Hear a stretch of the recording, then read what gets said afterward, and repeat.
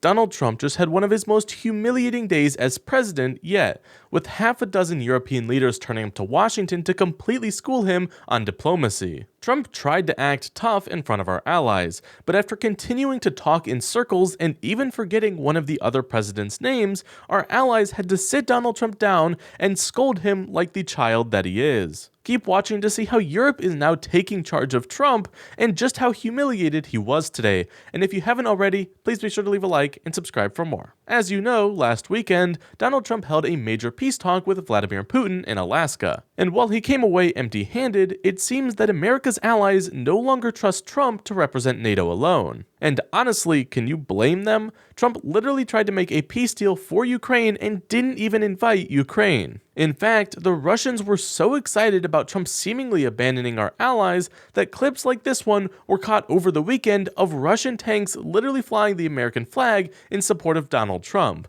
That's not a good look. Well, today, to make sure that Trump sees that NATO will not let him give in to a dictator, President Zelensky showed up to the White House with 7 other European leaders, the heads of Britain, France, Germany, Italy, Finland, and the NATO secretary, and the president of the EU. And these leaders did not come to play games. They immediately started laying into Trump because he forgot to ask Russia to return thousands of children that they have kidnapped from Ukraine as a part of the peace deal. Because unlike Donald Trump, our allies actually prioritize the safety of children. And how did Trump respond to them bringing this up? He launched into a rant about trade deals. Seriously, this guy is so incompetent. Every single child has to go back to its family. This should be one of our main priorities also in these negotiations, to make sure that the children come back to Ukraine to their families. Thank you. And we did. I was just thinking we're here for a different reason, but we just a couple of weeks ago made the largest trade deal in history. So that's a big thing, and congratulations. That's great. Thank you very much, Ursula. Mr. Chancellor from Germany, a very great leader. Somehow, this wasn't even the dumbest thing that Trump said today, because that would be when he actually forgot which person was the president of Finland when reading his name off a list. Trump literally had to call out and ask which person he was addressing. There were only 8 people at the table, and Trump has met all of them in person before. President Stubb of Finland, and he's somebody that, where are we here? Where? Oh, you look better than I've ever seen you look. But you've done a great job, and we wanted to have you here. Trump's behavior throughout the day only continued to get worse, from interrupting everyone to trying to make jokes about other people's countries, and even at one point setting up this whole photo shoot next to a painting of his assassination attempt so we could talk about how tough he thought he looked. Not a good day. That was not a great day.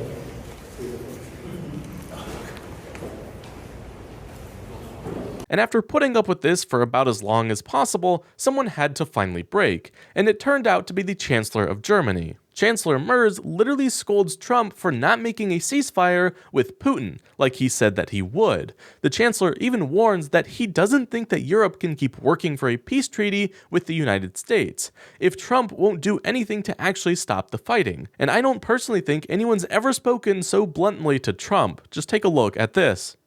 Last Friday. But now the way is open for complicated negotiations. And to be honest, we all would like to see a ceasefire, the latest from the next meeting on.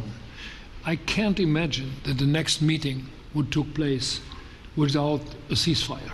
So let's work on that, and let's try to put pressure on Russia, because the credibility of these efforts we are undertaking today are depending on at least a ceasefire from the beginning of the serious negotiations from next step on. So I would like to emphasize this aspect and would like to see a ceasefire from the next meeting, which should be a trilateral meeting wherever it takes place. After putting up with his nonsense trade deals and months of failed half-hearted attempts at peace, Europe is now just about done with Donald Trump. And frankly, so am I. I was happy to see our allies hold firm with Trump, but seeing how disastrous these talks were today, I think it begs the question. If this is how bad Trump's peace talks were when the cameras were around, how much did Putin walk all over him behind closed doors? Go ahead and let me know what you think down in the comments below, and don't forget to leave a like and subscribe for more.